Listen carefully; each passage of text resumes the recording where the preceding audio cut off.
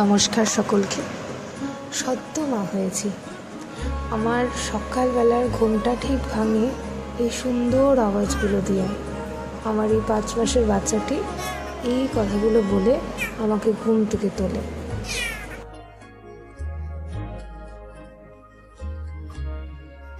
ওর ঘুম থেকে উঠে ফ্রেশ হয়েও আমি কিছুক্ষণ ওর সাথেই খাটেই শুয়ে থাকি। তারপরে শুরু হয় সকালবেলা গুড মর্নিং জানানো। শ্বশুরবাড়িতে থাকার ফলে আমার ছেলে তার ঠাকুমাকে তো সকাল সকাল গুড মর্নিং জানিয়েই দেয়, কিন্তু দিয়াকে জানাতে হলে তাকে ভিডিও কল করতে হয়। এই যে দিয়ার সাথে গুড মর্নিং, গল্প কেমন কেমন শরীর আছে, সমস্ত কিছু কথাবার্তা আলাপ আলোচনা হচ্ছে। এক দৃষ্টি তাকিয়ে তাকিয়ে দেখে জানেন আমার মাকে, বুঝতে পারে যে দিয়া ভিডিও কলে এসছে। ওয়ার্কিং লেডি হওয়ার সুবাদে আমার খুব একটা বাড়িতে থাকা হয় না। আর যেই দিন বাড়িতে থাকা হয় সেই দিন কী করা হয় সেগুলোই আপনাদের কাছে তুলে ধরছি। ছেলেকে দিয়ে এসেছি তার হামু মানে তার ঠাকুমার কাছে। আমি একটুখানি নিজের জন্য সময় বার করে নিলাম। এই যে দেখছেন ইনি আমার মা। বিয়ের সময় নিয়ে এসেছিলাম তাকে। যখন বাবা পেটে ছিল আমার প্রেগনেন্সি জার্নিতে আমি ভাবতাম কবে আমি ছাদে আসবো আর আমার এই ছাদ জুড়ে আমার পাপার সমস্ত জামা কাপড় মেলে রাখবো। জানেন সব মায়েরা এই জিনিসটা ফিল করবে। প্রেগনেন্সি জার্নির যে একটা আলাদা অনুভূতি, একটা আলাদা আনন্দ, আর আমাদের সন্তানরা যখন আমাদের কোলে আসে তখন আর একটা আলাদাই শান্তি।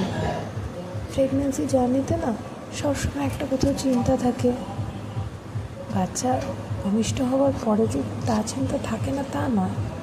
আমরা তো আজ এত বড় হয়ে গেছি, মা বাবা তো তবুও আমাদেরকে নিয়ে চিন্তা করে। কিন্তু যা স্বপ্ন আমরা দেখি প্রেগনেন্সি জার্নিতে, আর আমাদের সন্তানেরা যখন আমাদের কোলে আসে আর সেই সমস্ত স্বপ্নগুলো যখন পূরণ করতে শুরু করি, তখন যেন একটা আলাদাই শান্তি লাগে, একটা আলাদাই অনুভূতি লাগে। সব সময় মনে হয় সব সময় তাকে আগলে করে রাখি। এই তো ছোট, এবার বড় হয়ে যাবে, তারপরে তো এই দুষ্টুমিগুলো আর করবে না, তখন হয়তো খুব মিস করবে এই দুষ্টুমিগুলোকে। আমার মা বলে জানেন আমাদের যে ছোটোবেলাকার যে কত স্মৃতি মা আজও বলে আমার চোখে ভাসে। ছোটো ছিলিস তখনই কত ভালো ছিলিস।